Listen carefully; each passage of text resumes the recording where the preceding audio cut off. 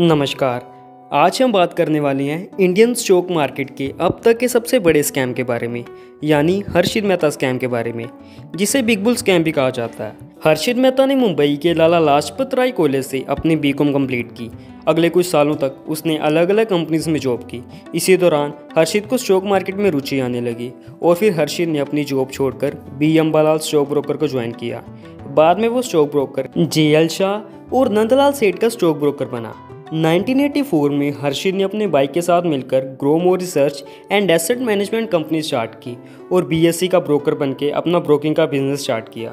Basically government अपने कुछ projects के खर्चे उठाने के लिए यानी एक्सपेंसेस कवर करने के लिए सिक्योरिटीज इशू करती हैं, जिन्हें गवर्नमेंट सिक्योरिटीज कहती हैं, जैसे कि गवर्नमेंट बॉन्ड, जिसके थ्रू गवर्नमेंट अपने एक्सपेंसेस कवर करने के लिए मार्केट से पैसा उठाती है और उन पैसों के बदले में गवर्नमेंट सभी इन्वेस्टर्स को इंटरेस्ट पे करती है। सारे बैंक्स को इन सिक्योरिटीज़ में कुछ सर्टेन अमाउंट इन्वेस्ट करना मैंडेटरी था। जब किसी बैंक को पैसों की ज़रूरत पड़ती थी तब वो बैंक अपनी गवर्नमेंट सिक्योरिटीज़ दूसरे बैंक के पास गिरवी रख देती थी और उनसे शॉर्ट टर्म के लिए लोन लेती थी और कुछ दिनों बाद तय किए हुए इंटरेस्ट के साथ पैसा वापस करके अपनी गवर्नमेंट सिक्योरिटीज़ वापस ले लेती थी। ये सब रेडी फॉरवर्ड डील के तहत होता था। हर्षित ने अपने स्कैम में रेडी फॉरवर्ड डील का ही इस्तेमाल किया था। रेडी फॉरवर्ड डील में एक बैंक दूसरे बैंक को गवर्नमेंट सिक्योरिटीज़ के बदले शॉर्ट टर्म लोन देती थी। इन शॉर्ट RF डील यानी रेडी फॉरवर्ड डील्स बैंक के लिए एक शॉर्ट टर्म लोन इंस्ट्रूमेंट था जिसका उपयोग बैंक शॉर्ट टर्म लोन के लिए करते थे। रेडी फॉरवर्ड डील में ब्रोकर्स बैंक के बीच में मीडिएटर का काम करते थे, जिनका काम था जिन बैंक्स को सिक्योरिटीज़ बेचनी है उनके लिए बायर्स ढूंढना और जिन बैंक को सिक्योरिटीज़ खरीदनी है उनके लिए सेलर ढूंढना। हर्षित मेहता भी एक ब्रोकर था और वो भी बैंक्स के बीच में मीडिएटर का काम करता था।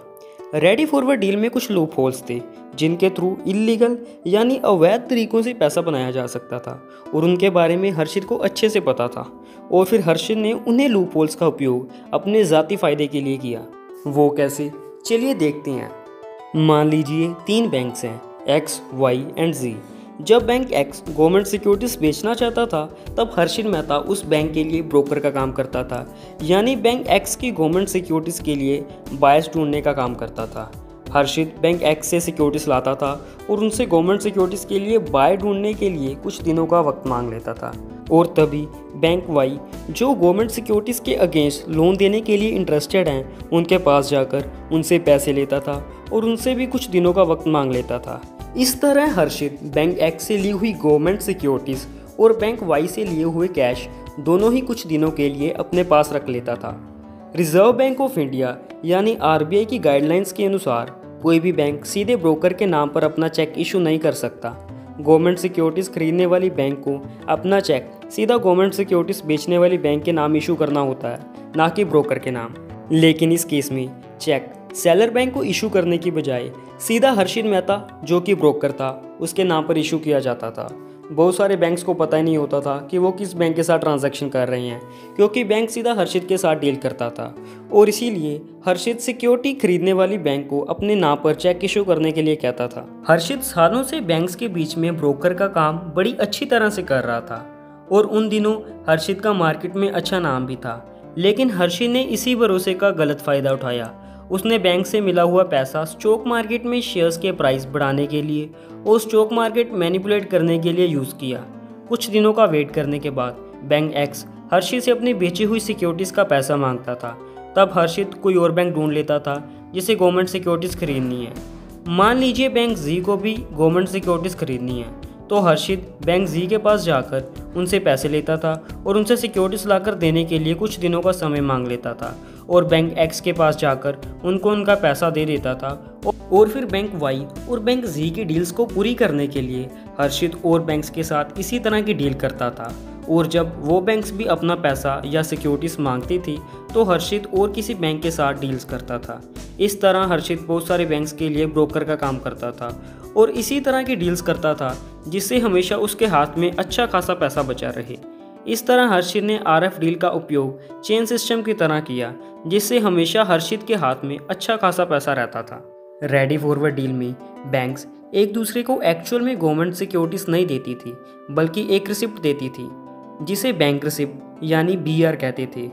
उस बैंक रिसिप्ट से ये कंफर्म होता था कि गवर्नमेंट सिक्योरिटीज़ सेल हो गई हैं और गवर्नमेंट सिक्योरिटीज़ बेचने वाली बैंक को उसके पैसे मिल गए हैं।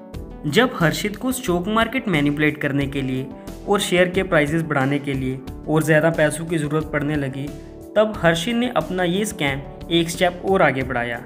इस बार तो हर्षित ने सारी हदें पार करते हुए कुछ बैंक्स की मदद से फेक यानी नकली बैंक रिसिप्ट्स बनवाई और उन्हें इस्तेमाल करना शुरू कर दिया।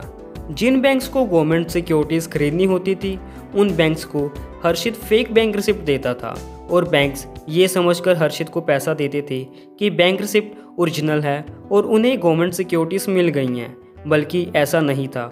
और फिर हर्षित ने उन पैसों का उपयोग स्टॉक मार्केट को मैनिपुलेट करने के लिए किया। उन पैसों की मदद से हर्षित ने कई सारे स्टॉक्स हाई लेवल पर पहुंचा दिए। हर्षित ने एसीसी का स्टॉक तो कुछ ही महीनों के अंदर 200 रुपये से 9000 तक पहुंचा दिया। बैंक से मिला हुआ पैसा हर्षित हैवीली स्टॉक मार्केट में इन्वेस्ट करता गया, जिससे शेयर्स के प्राइसेस बढ़ने लगे और स्टॉक मार्केट में तेज़ी आ गई। तेज़ी का माहौल देखकर लोग भी स्टॉक मार्केट में इन्वेस्ट करने लगे, जिससे तेज़ी का माहौल और बढ़ गया और शेयर्स के प्राइसेस लगातार बढ़ने लगे। स्टॉक मार्केट जब पीक पर आता था, यानी जब अच्छा खासा बढ़ जाता था, तब हर्षित अपने शेयर्स को बेचकर अच्छा खासा प्रॉफिट कमा लेता था और बैंक्स को उनके पैसे रिटर्न करके बैंक से अपने फेक रिसिप्ट वापस ले लेता था। ये सिलसिला लगातार चलता रहा। ये सिलसिला तब तक अच्छे से चल रहा था जब तक शेयर्स के भाव लगातार बढ़ रहे थे, लेकिन जब स्टॉक मार्केट में बियर रन आया यानी मंदी का दौर आया, तब शेयर्स के भाव लगातार गिरने लगे। तब हर्षित को अच्छा खासा नुकसान हुआ, जिससे वो बैंक्स को उनका पैसा रिटर्न नहीं कर पाया। तभी 23 अप्रैल 1992 को जर्नलिस्ट सुचेता दलाल ने टाइम्स ऑफ इंडिया के आर्टिकल में हर्षित के कारनामों का पर्दाफाश किया और हर्षित मेहता का स्कैम एक्सपोज किया। और फिर बैंक्स को पता चला कि हर्षित की दी हुई बैंक रिसिप्ट तो फेक हैं, जिनकी कुछ वैल्यू ही नहीं है, और उसके बदले में हर्षित ने उनसे करोड़ों रुपए ले लिए थे। बैंकिंग सिस्टम को करीब 3 से 4 हज़ार करोड़ का नुकसान हुआ था, जो कि उस टाइम बहुत बड़ी रकम थी। जब ये स्कैम एक्सपोज हुआ था, तब स्टॉक मार्केट बुरी तरह से क्रैश हुआ था। बहुत सारे इन्वेस्टर्स को नुकसान हुआ था। विजया बैंक के चेयरमैन, जिन्होंने हर्षित के नाम चेक इशू किए थे, उन्होंने ये स्कैम एक्सपोज होते ही सुसाइड कर ली थी।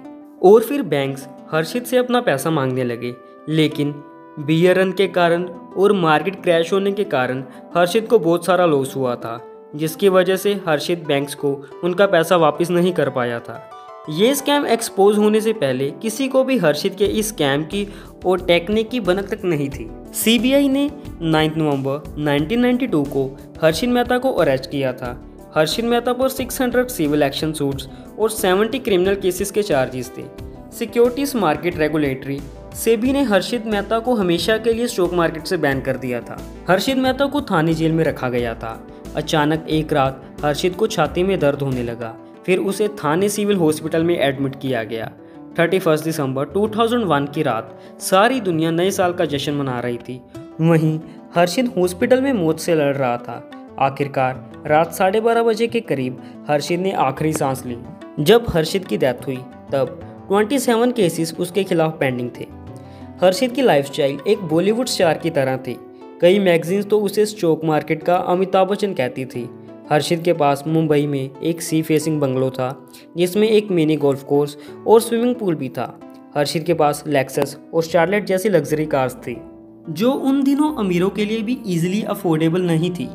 26 करोड़ का एडवांस इनकम टैक्स भर के हर्षित मेहता उस टाइम इंडिया का one of the biggest individual tax payer था। हर्षित मेहता को लोग बिग बुल के नाम से भी जानते थे, क्योंकि ऐसा कहते हैं कि 1991 के बुल रन की शुरुआत हर्षित मेहता ने ही की थी।